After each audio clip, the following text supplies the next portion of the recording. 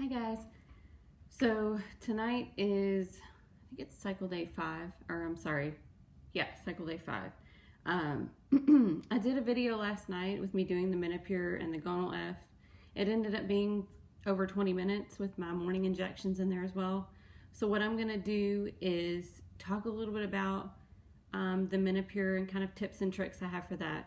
I'll do my Gonal F, and then when I'm doing the Menopur, I'm gonna have it kind of go faster. I'm going to fast forward it through that. So first off, I got a couple questions about my scars. I have Crohn's disease, and I had some surgeries where they removed my colon. Crohn's disease is actually why I have fertility problems. So my AMH, which is your anti-Müllerian hormone, it kind of tells you what level your eggs are, so how many eggs you have left, basically what your ovarian reserve is, and mine is extremely low, so 0.6 is where I am. So we're really not expecting to get a ton of eggs like a normal 32-year-old would get, but we will see what we get. So I'm going to go ahead and do the Gonal F injection. Pretty easy. You have a little pin. Interesting. The needle got stuck in this one.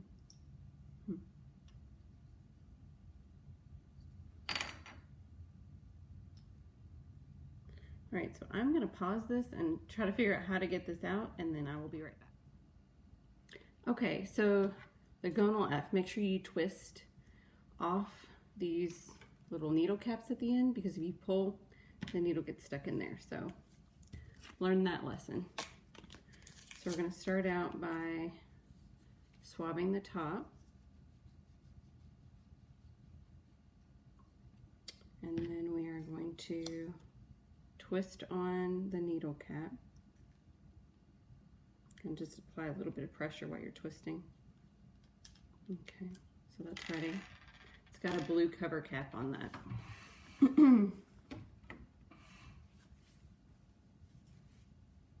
think I'm going to do this one over here.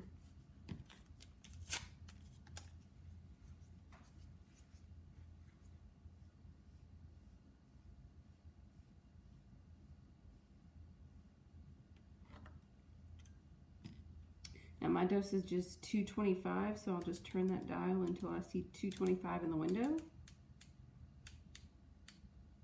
Okay, it's ready. I'm going to pinch the skin.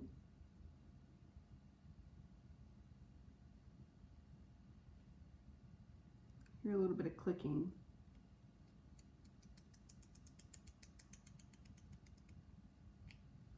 And done. That's it.